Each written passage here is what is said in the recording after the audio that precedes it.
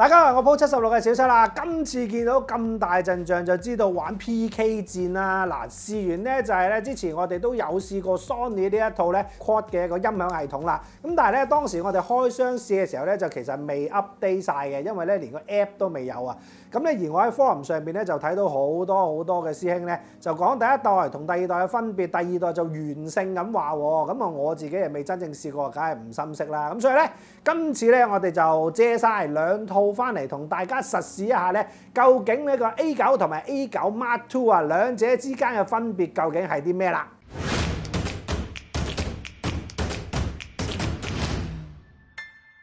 咁啊未睇我哋呢條影片之前咧，就希望你訂閱我哋 channel， 撳鐘仔撳全部先，咁咧我哋就有新片嘅時候咧就可以即刻通知到你啊！咁大家見到啦，而家咧我搞咁大場大龍鳳咧，其實都係想同一個位置、同一條電源線去同一個嘅電影入邊咧，究竟咧呢一個音響系統呢兩部嘅音響系統咧個效果究竟係點嘅？咁而家大家見到咧，圓柱體呢個咧就係 Sony 嘅第一代嘅 A9啦，咁啊亦都係4條嘅，咁啊前後左右咁啊各一條，咁啊營造翻一個嘅杜比 Atmos 嘅一個音響系統啊。咁啊，跟住見到正方形呢一個咧，就會係一個第二代 Mark II。咁啊，第二代 Mark II 咧，亦都係啦，前後左右各4隻咁樣樣嘅。咁今次咧，我哋就會用埋同一個嘅subwoofer，就係我身邊呢一個 SW5 啊呢一隻嘅最大隻單元嘅subwoofer咧嚟去實試佢嘅。咁所以咧，基本上咧就電視機一樣啦，咁啊subwoofer一樣啦，另外只係4隻喇叭唔同嘅啫。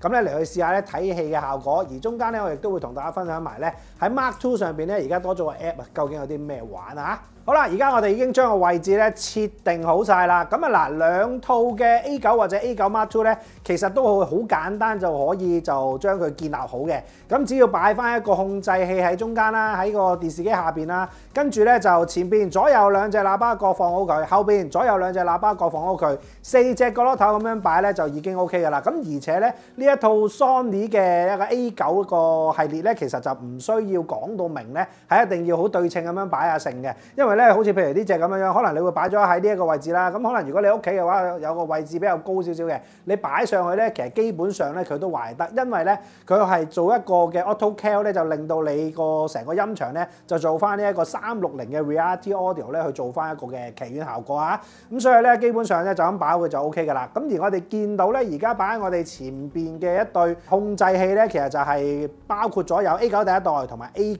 Mark II 咧第二代喺度嘅。反而咧第一代咧就會細隻少少嘅喎，入邊啲 port 位咧其實都差唔多嘅，兩個 HDMI 端子，一個支援呢個 EARC 嘅。咁而家咧我哋就會先試呢一個 Sony 嘅 A9 第一代啊。咁啊做之前咧我哋就會做翻一個 Auto Cal 先嘅，咁保證咧兩套機咧都可以喺一個最佳嘅狀態之下咧，睇下俾佢發揮啊！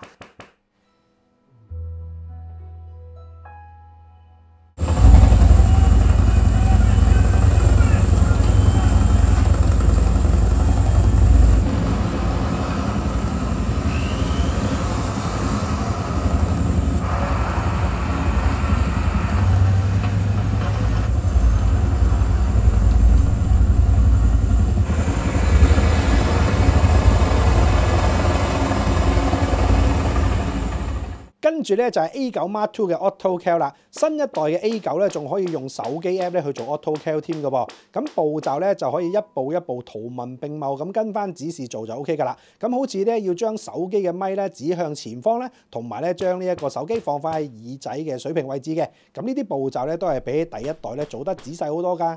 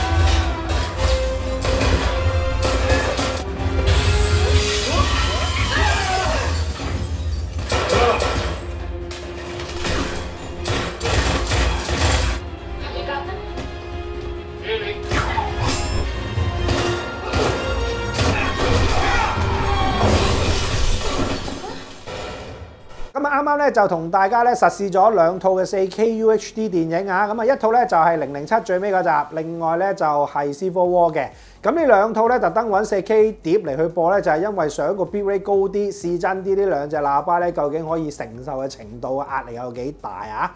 咁嗱，兩隻喇叭咧出嚟嗰個感覺咧，其實都幾大分別喎。原來即係 A/B 比較咁樣一試之後，首先喺個音壓上邊就超大分別啦。第一代嚟講咧，我睇2套戲咧，基本上咧我都要開到個音壓咧去到65度至到75度呢啲位置咧，先至可以俾到一個比較有亮感嘅一個音壓俾我嘅。試007啲槍聲啊，或者係一啲天空聲咧、定位聲咧，我覺得都 OK， 交到功課嘅。咁咧，但係咧，唯獨是係嗰個中頻嗰個位置咧，或者係低音同埋呢一個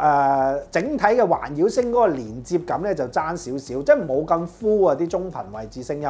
喺007嗰度有好多槍聲走嚟走去啦，嗰個子彈個機關槍咧，咁嗰個女仔揸住個機關槍喺畫面射過去後邊嗰度嘅時候咧，其實你係會聽到個後置聲音出聲嘅，係會有嗰個空間定位嘅感覺嘅。咁而低頻亦都係有一個亮感走出嚟嘅。不過咧，因為唔知道係咪因為隻喇叭咧本身就真係得高音同埋低音單元2隻啦，咁再加埋咧就係天空反射一隻咁多，咁所以咧佢出嚟咧其實係有一陣最低嘅位置，亦都有空間定位，亦都有呢一個聲音嘅人聲係可以出到嚟。但係咧喺中頻嗰一陣嘅喉底聲或者係中頻入邊一啲人聲嘅對白咧，相對就會比較淺薄少少啦。咁但係去到 Mark II 嚟講咧，其實整體個音壓咧就大咗好多啊。咁所以咧我要將個音壓咧減翻到55度咧，先至同頭先講嘅65度或者75度咧係差唔多咁樣嘅聲效。咁所以咧喺嗰個聲壓上邊咧就已經爭好遠啦。咁再加埋咧佢同嗰個 subwoofer 嘅銜接啊，呢個 SW5 呢隻7寸超低音嘅 subwoofer 咧，佢個銜接咧明顯咧係多咗啲同埋好咗好多嘅。A9 Mark II 咧應該係有咗嗰個中頻啦，因為佢係3路分音設計啊嘛。咁所以咧喺嗰個人聲嘅厚度啊，同埋嗰個立體定位上邊咧，佢又做得再好啲喎。咁再加上咧佢本身個聲壓亦都個 gain 夠大夠高啦，咁所以咧就好容易就會得到一個好浸淫式嘅一個全景聲嘅家庭影院效果啊。咁啊呢個最明顯就喺 Civil War 嗰段嗰度咧，我就專登揾翻咧勁多直升機嗰段嚟試嘅。咁嗰段咧其實喺 A9 同埋 A9 Mark II 兩個組合上面嚟講咧，嗰個分別咧其實就真係幾大嘅。喺 A9 上面嚟講，你會聽到有好多直升機聲，天空亦都有一陣嘅。佢天空嗰陣 layer 同埋地下嗰陣 layer 嗰個分離度咧係大嘅，係明顯嘅。咁但係咧因為少咗嗰個中頻幫助，就令到你感覺咧整體個震撼力咧係會爭少少嘅。縱使我已經將到嗰個超低音嗰個位置加到去9同埋10咁上下噶啦，因為佢11咧就係 max 啊。咁去到咁高咧，但係佢都係俾唔到一個好震到褲腳嘅感覺俾我嘅。咁佢係有低頻，3頻平均係有低頻，但係就做唔到震褲腳嘅效果咯。咁但係咧去到 M2 嚟講咧，佢就會比較上容易可以做到一個震褲腳嘅效果，成個空間都係浸淫住全部嘅直升機嘅聲音。佢天空嘅 layer 同埋地下嘅 layer 咧，雖然冇頭先第一代咁清晰明顯，但係咧佢就會變咗一個好包圍嘅一個360一個 reality audio 嘅聲效俾到我啦。咁呢個咧相信咧都係同佢本身 Sony 喺做呢一個360嘅時候咧，其實喺第2代即係 Mark II 嗰度咧，佢係做得比較上好啊。同埋因為始終都係零件新啦、硬件新啦，佢出嚟嗰個效果咧係明顯比第一代咧係嚟得係清楚自然好多嘅。兩套機咧其實都會有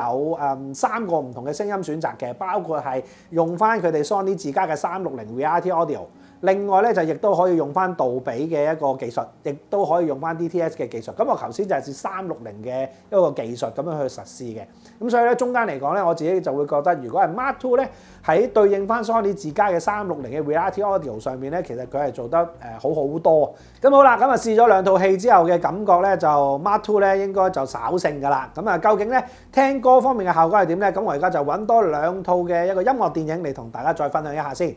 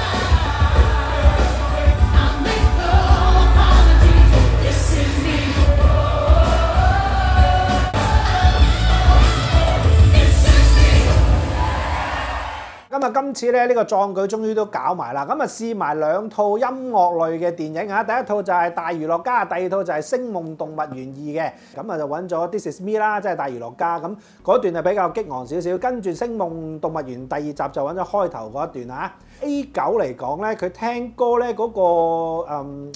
Two Channel 嘅感覺係會多啲喎，即係話佢唔會特別去營造一個好 3D 嘅音場。咁而佢亦都可以出到一個前場會比較多少少立體聲感覺嘅一個效果俾到我嘅，因為咧佢嗰個低音冇 Mark II 咁豐富喎，咁所以咧你反而可以聽到清晰嘅人聲啊、音樂聲啊，同埋咧嗰個都係嗰句啦，即係立體聲嘅感覺係會比較豐富啲啊。咁但係去到 Mark II 嚟講咧，因為佢嗰個 subwoofer 同埋嗰個4隻喇叭嘅融合度高啊，再加埋佢嗰個360嘅效果比較豐滿少少，所以咧你會聽落咧，整體都係類似一個戲院聽緊一個True Stereo 嘅感覺，即係4隻喇叭都一同發出一個聲音，同埋咧成個嘅空間係好似有一個罩咁樣包圍住你嗰個感覺。如果純聽歌咧，我覺得會有機會覺得有少少太多聲音喺入邊出現啊，咁就唔能夠做到一個好似我哋平時聽Hi-Fi 咁樣一對喇叭喺前面出嚟嘅感覺咯。咁縱使其實當然可以有啲模可以校啦，咁但係因為 Mark II 咧，你開咗360 Reality Audio 呢一個 feature 之後咧，其實佢就唔可以再俾你校任何嘅 Movie Mode 啊、Music Mode 啊嗰啲咁樣，咁佢反而就少咗一樣嘢俾你校到咯。聲音嘅質素效果嚟講，Mark II 嗰個豐滿度係高啲嘅，咁所以呢個就真係要睇下大家即係對於睇音樂劇或者聽歌或者係聽呢啲咁樣嘅音樂類嘅電影咧，嗰個需求同埋個要求係幾多啦。咁今次咧，呢次真係用咗好多準備嘅時間咧去做今次呢一個嘅 PK 啊！咁啊，首先就換咗部 Bravia 9啦，跟住